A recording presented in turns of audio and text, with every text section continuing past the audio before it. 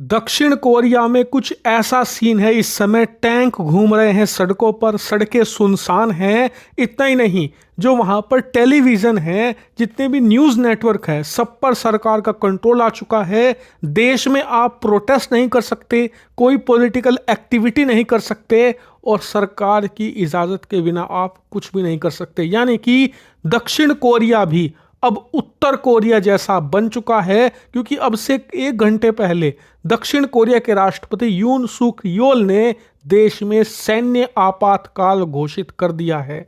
जी हां, सिर्फ आपातकाल नहीं, सैन्य शासन वाला आपातकाल, यानी कि देश की कमान अब सेना के हाथ में जा चुकी है। और आप में से कई लोग अब भी कंफ्यूज होंगे, तो देखिए मैप में जो ऊपर वाला है ये तो है उत्तर कोरिया, किम जोंग उन वाला, यानी कि जहां पर तानाशाही पहले से है।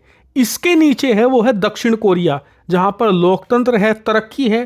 के पॉप तो आपने सुना होगा ना, जो दुनिया भर में फेमस है, तो वो के पॉप भी इसी कोरिया से आता है। और इसकी तरक्की की आपने खूब खबरें सुनी होंगी कि बहुत ज़्यादा विकसित देश है। इसी देश के अंदर जहां पर अब तक लोकतंत्र था, अब से 1 घंटे पहले उस लोकतंत्र को खत्म कर दिया गया। वहां पर सेना का शासन लागू है, यानी कि अब से उत्तर और दक्षिण में कोई अंतर नहीं है, दोनों जगह तानाशाही आ चुकी है। सबसे इंटरेस्टिंग बात, जिस राष्ट्रपति ने ये पूरा आपातकाल लागू किया है, उसकी विरोधी पार्टियां तो यहां पर विरोध कर ही रही हैं। साथ ही जिस पार्टी का ये प्रेसिडेंट है ना, उस पार्टी का जो हेड है, अध्यक्ष है, उसने भी इसका विरोध करना शुरू कर दिया है। लेकिन ये आदमी किसी की नहीं सुन रहा। इसने, स्क्रीन पर आप देखिए, ये है सेना का कमांडर, जो कि इसका खास है। इसे पूरे देश की कमान दे दी है, और ये सेना का कमांडर अब सीधा राष्ट्रपति को रिपोर्ट करेगा। और इस समय कोई भी न्यूज़ चैनल, कोई भी टेलीविजन यहाँ पर सरकार के बिना कुछ नहीं चला सकता। यानी कि देखा जाए तो उत्तर और दक्षिण दोनों कोरिया में कोई भी अंतर नहीं बचा। हालांकि आपका सवाल होगा कि राष्ट्रपति ने यह शासन लगाया क्यों है, क्या कुछ खास कारण है? तो देखिए, कारण कुछ नहीं है। हुआ ये कि ये राष्ट्रपति बहुमत खो चुका था संसद में। इसी की पार्टी के लोग बगावत कर रहे थे, क्योंकि ये कुछ ऐसे टर्म लाने वाला था बजट में जिससे कि देश की अर्थव्यवस्था को संकट होता।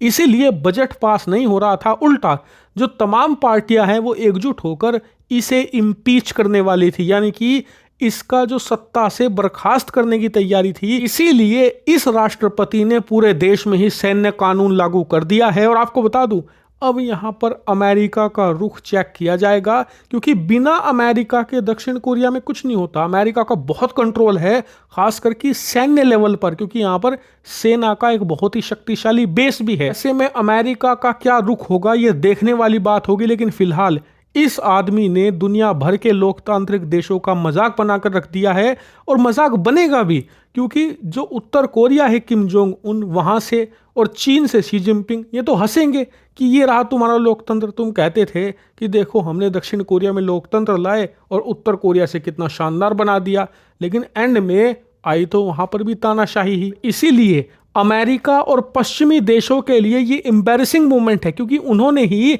दक्षिण कोरिया को अलग किया था उत्तर कोरिया से, और उनका बनाया गया दक्षिण कोरिया आज तानाशाही की तरफ जा रहा है। ये वो बर्दाश्त नहीं कर पाएंगे। इसीलिए आने वाले कुछ घंटों में यहाँ पर बड़ा कुछ ना कुछ होगा। हो सकता है सैन्य कार्रवाई की तरफ भी जाए।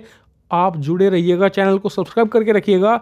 जो भी होगा दक्षिण कोरिया में मैं आपको ज़रूर बताऊंगा।